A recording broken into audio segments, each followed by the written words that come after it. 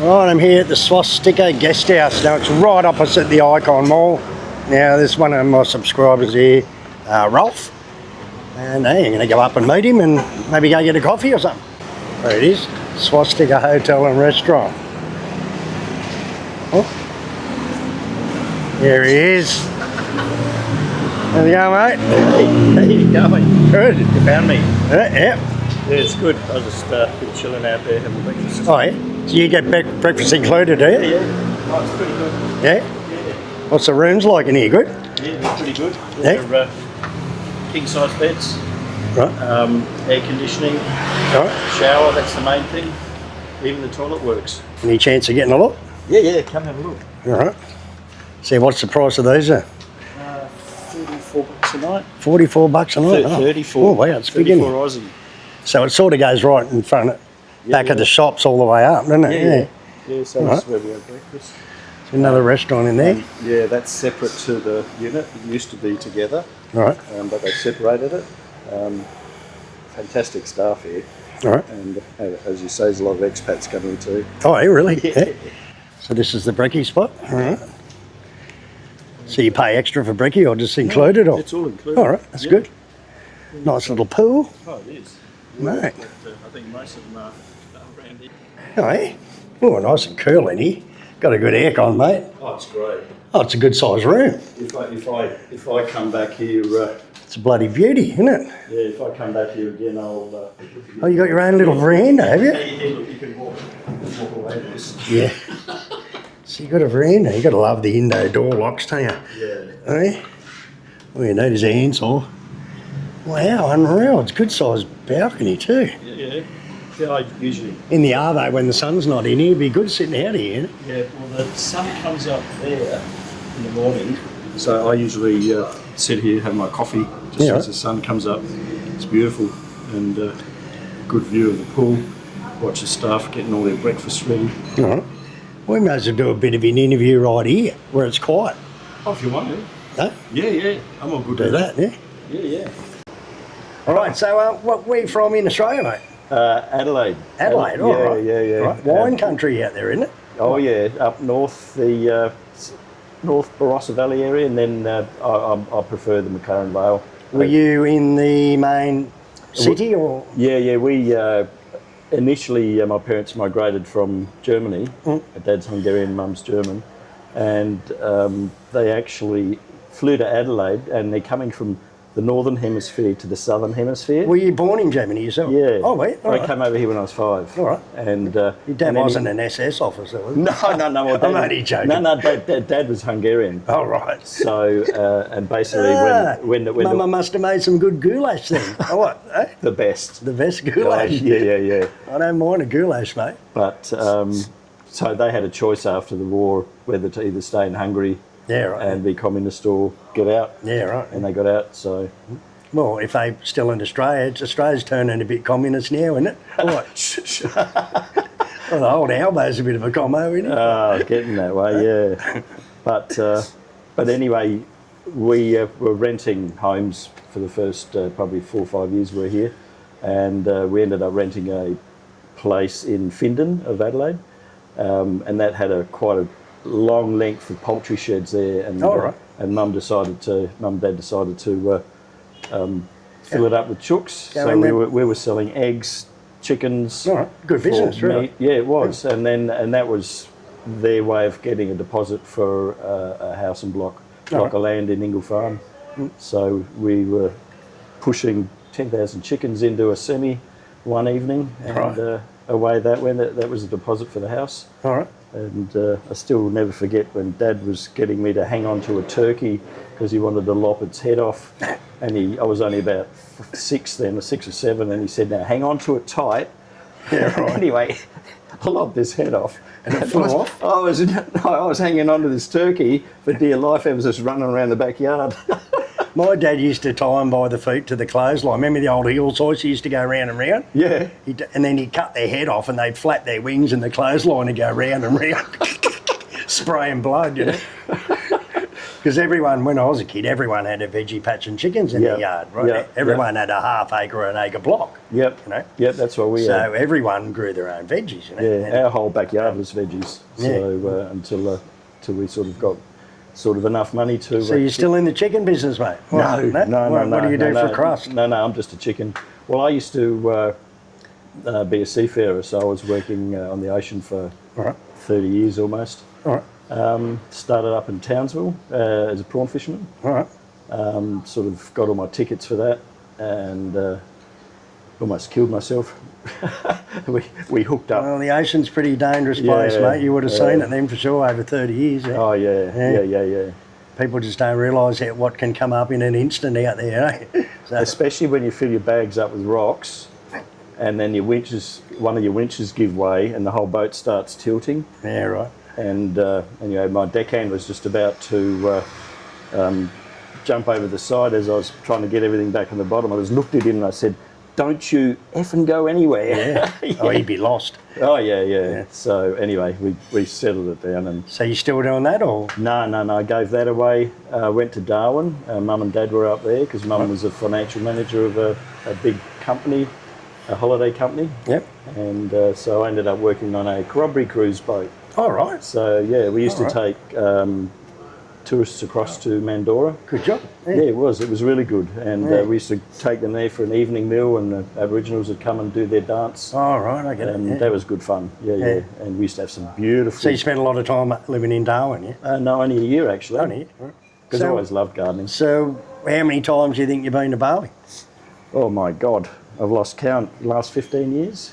Yeah. So on and off. Nearly every year, nearly? Or? Yeah, pretty much every. I had a bit of a break there. So last year I was here twice. Once for my sister's 60th, she brought her family, Right. and then September for my partner's 60th, and her mum who was 86, and she loved it.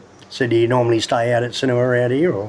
Well, we started in Sanur in September, and then we went all the way up to Bedagal. Oh, Bedagal. And we stayed in a chalet there for 3 nights. And we had a driver that just took us all around. But you're mainly based in Sanur when you come, or? No. Not really? No. You ever done the West Coast, like Kurta, Legian areas? Yeah. In April I was over Legian Way. Right. I stayed there. Seminyak, I was in the Ramada at the back. Oh, right, no. In Seminyak, yeah. So had a good look around. Yeah. I like walking around.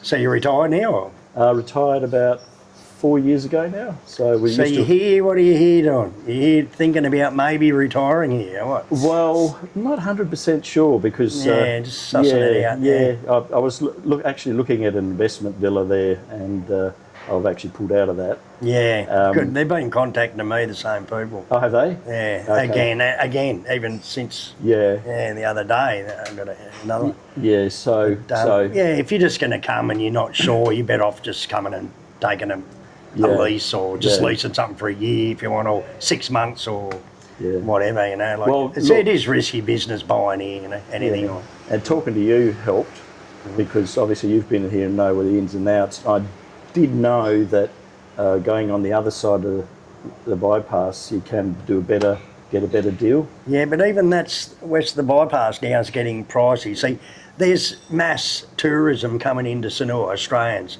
They're coming there in their hundreds and moving here, right? Yeah. And because of all the social media stuff and the prices in Australia, and there's nowhere really on this side to stay, the beach side. So that's where they're all going, which is only, before COVID, was only the long-term expats lived over there. Okay. And now there's new warongs popping up, there's new everything. They're just building constantly. It's filling up very quick over there. Yeah. There's building units and villas and all sorts of stuff. And the average price over there is like 10 grand to 15 grand for a little house or a unit now with a pool or something, you know. So before COVID, you'd probably get one for 6 or 7 or 8 or something, you know. Yeah. So it's doubled in price, and that's a problem. That will fill up very quickly. Yeah. In the next 5 years, you won't be able to get a place to live here because all the land's moving. It's just getting built out very quickly. I've noticed. I walked around the back of the night markets there through the streets. Yeah. Walked all the way up to a BCA bank, and it was Friday, and I didn't realise it was a public holiday. It took me half an hour to walk there. But anyway, it was a good walk because, like you were saying, there's a lot of building going on. Yeah, it's everywhere. Yeah. See, what's happened everywhere around in Kurdilee and all the way, it's more or less built out all the way to Ubud. Yeah. Completely built out. Yeah. If there's no land, they just rip something old down and rebuild something new, you know, and that's...